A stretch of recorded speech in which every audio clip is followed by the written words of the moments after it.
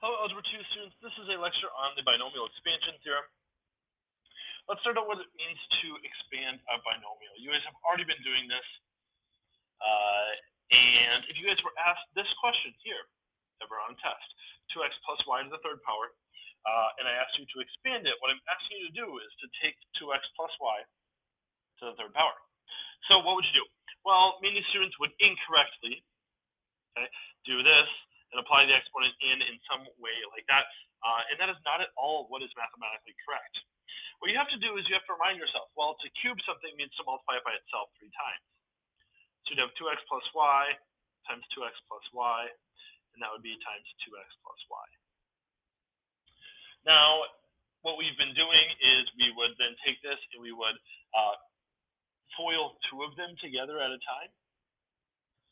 So 2x times 2x would give you 4x squared, and then plus 2xy for outside times outside. Then you'd multiply these two together, and you'd get another plus 2xy, and then last times last would give you plus y squared. So you'd take 2 of them, you'd multiply those ones, and then that still needs to be multiplied by 2x plus y. From here, you would combine some like terms. Those two are like, so you'd end up with 4x squared plus 4xy plus y squared. And we still have to multiply this by this other 2x plus y. Let's go ahead and do that. 4x squared times both. So 4x squared times 2x would give me 8x to the third. 4x squared times y would give me plus 4x squared y. Then let's multiply this 4xy times both of them. 4xy times 2x would give me, I guess, 8x squared y. And then 4xy times y would give me 4x y squared. To round it out, we have to do y squared times both of these, which would give me a 2xy squared, and then a y to the third. One more round of combining like terms, and we have landed at our final answer. 8x to the third has nothing like it. Those two are like, they're both x squared y. So plus 12x squared y. Those two are like, plus 6xy squared plus y to the third, and this is our answer. So this is taking something to the third power. It is a decent amount of work. I did that pretty quickly, and it's still taking me multiple lines. And unfortunately, in this lesson, we're going to see stuff up to like the 8th power. And what you'd have to do is you'd have to write 8 of those out, and then you'd have to start multiplying those. And eventually, this becomes a very inefficient and time-consuming process, especially because every one that you add takes significantly more time. So we are going to learn something new, and that something is called the binomial expansion theorem. I honestly, if I was asked to take something to the third power like this one is, I would go through this process. I think it's easier to go through this process than it is to use the expansion theorem if it's to the third power. But once we start talking about to the 4th power, 5th power, anything above that for sure, you're going to want to be using the binomial expansion theorem. It is not to say that the binomial expansion theorem is quick or easy, but it is better when we end up dealing with bigger exponents. So 3 minus x, if I was asked to do that, I would definitely pull out the binomial expansion theorem. The binomial expansion theorem is going to use Pascal's triangle. And this is Pascal's triangle right here. There's a lot of patterns built into Pascal's triangle, and a lot of different ways to think about it. One such way is that it's a bunch of combinations, and you can kind of see the pattern of combinations here. That is the reason why this section is fitting into probability, and that's the only reason. So this is a very algebra type problem, this 10.2b section on the binomial expansion theorem. But our textbook throws it into combinations because, yes, it's Pascal's triangle, this triangle right here, can be built using combinations. I don't think of it as combinations. What I think of it as, we start with 1 at the top and then 1 underneath those two to kind of start to make a triangle. And every number is the sum of the two numbers that are like kind of sideways above it. So 2 would go here, and it's the sum of those two numbers, and then it's always going to have 1 on the outside. So the next, it's always going to have 1 on the outside, like I said, and then this is going to be the sum of these two numbers. So 3 there, add these two things up, and the 3 there. So 1, and then 1, 1, and then 1, 2, 1, and then 1, 3, 3, 1. We can keep doing this forever. This number is 6 because it's the sum of the 2 and like the triangle above it, kind of, if these all were to make a triangle. 4 1s on the outside, of course, because that happens every time. 1, 4, 6, 4, 1. We can keep going, right? Let's do one more. It would go 1, and then the two numbers above it add up to 5, 10, 10, 5, 1. This, like I said, goes on forever. Now, how can we use this to expand binomials? Well, it's going to be a whole ordeal. So let's take a look. Binomial expansion theorem states, for any positive integer n, the binomial expansion of, you have, a binomial, two things being added or subtracted to the nth power, is going to look like this. Basically, it's got combinations, or the numbers from Pascal's triangle, as coefficients. And then the first term in our binomial, this guy right here, will be taken to the nth power, and then b to the 0th. Here's b, of course.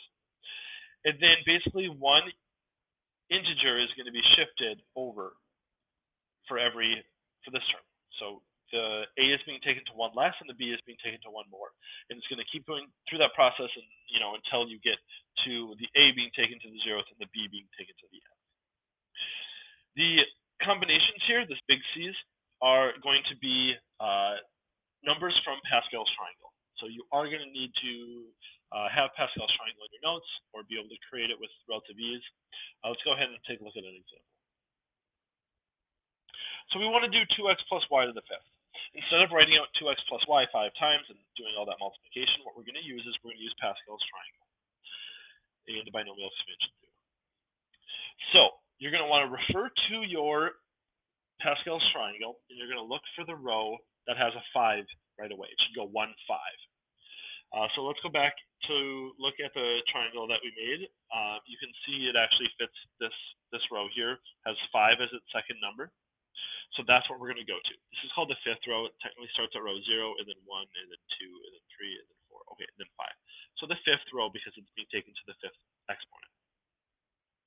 The numbers are 1, 5, 10, 10, 5, 1. What I'm going to do is I'm going to go back to my problem, and I'm going to space out those numbers across like the width of my piece of paper, or in this case, my board. So start with 1, and then 5, and then 10, and then 10, and then 5, and then 1. Those were the numbers 1, 5, 10, 10, 5, 1. After every one of these numbers, you are going to put a. Remember, the binomial expansion theorem referred to this as a plus b to the nth power. You're going to put a after each one of these numbers. So a in this case is 2x. So I'm going to put 2x in parentheses after each one of these.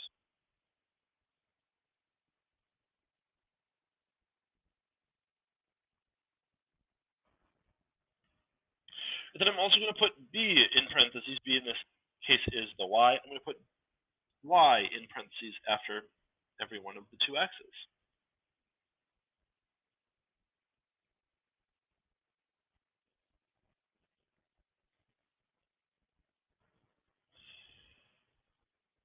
Remember, this is being taken to the 5th power.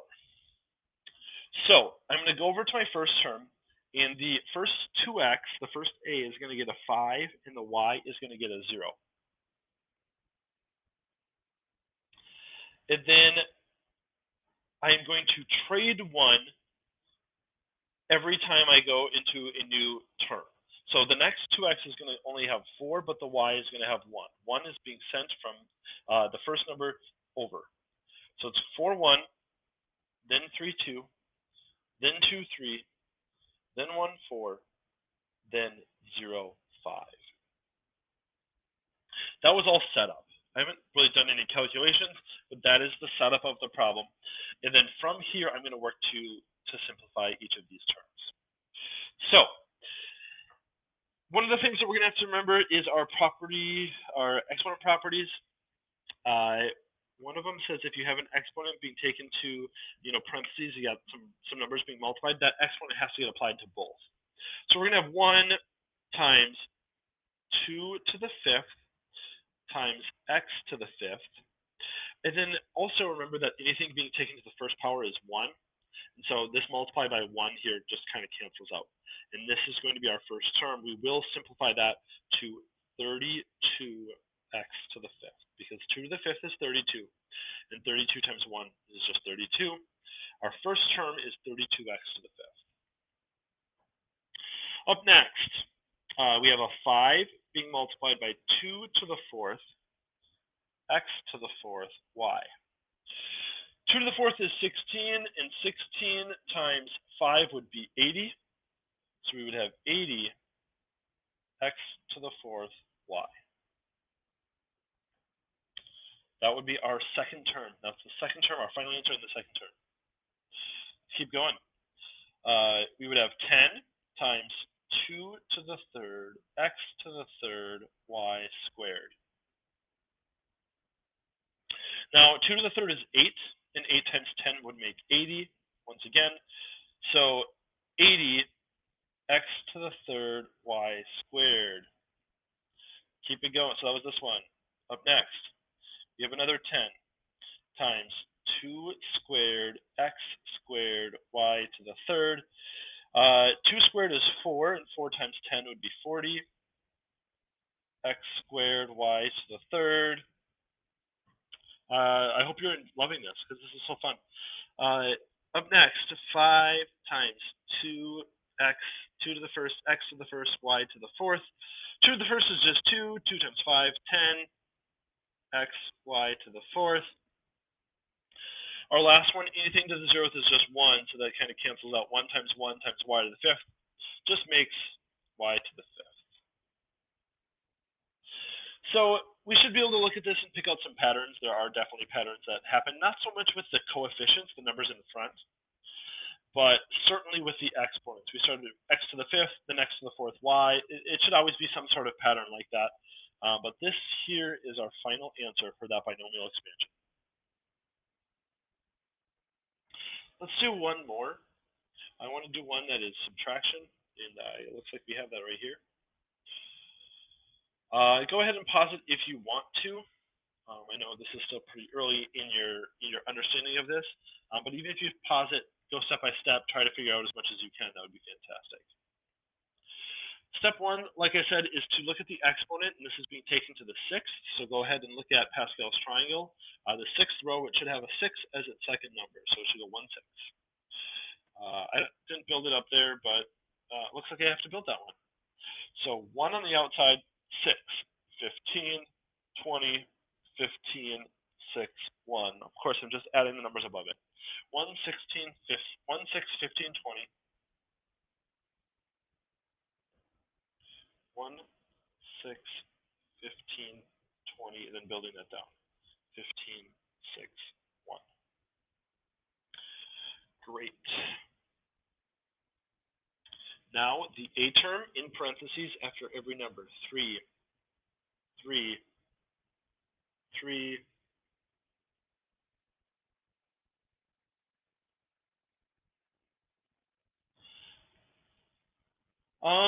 our b term, we're going to use negative 2z for our b term.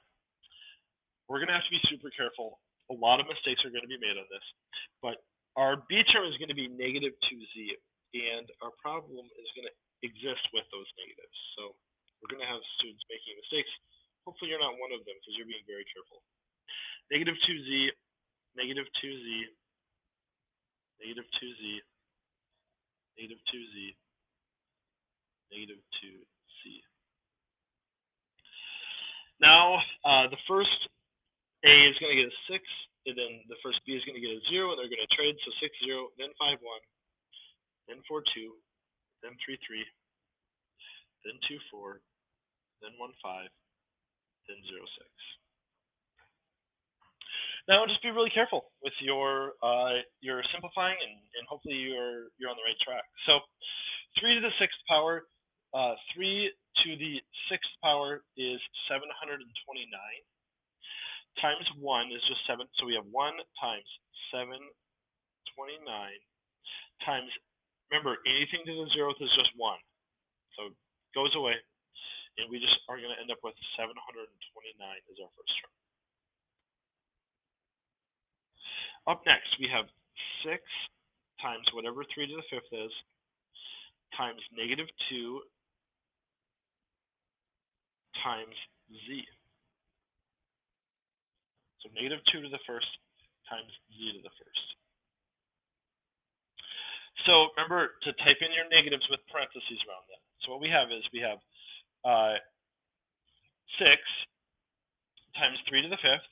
So 3 to the 5th is 243 times 6 is 1458, and then times the negative 2 would be negative 2916, and that's being multiplied by z. So this whole thing simplified to negative 2916 z. Let's go into the one that starts with 15. So we have 15 times 3 to the 4th times, remember to type in our negatives with parentheses around them, negative 2 squared, and then z squared.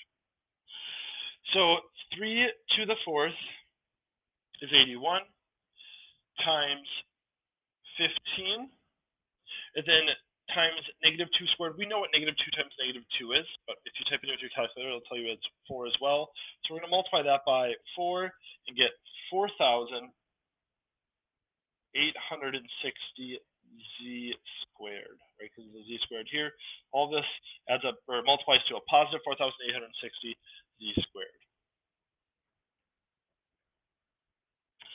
Next one, we have a 20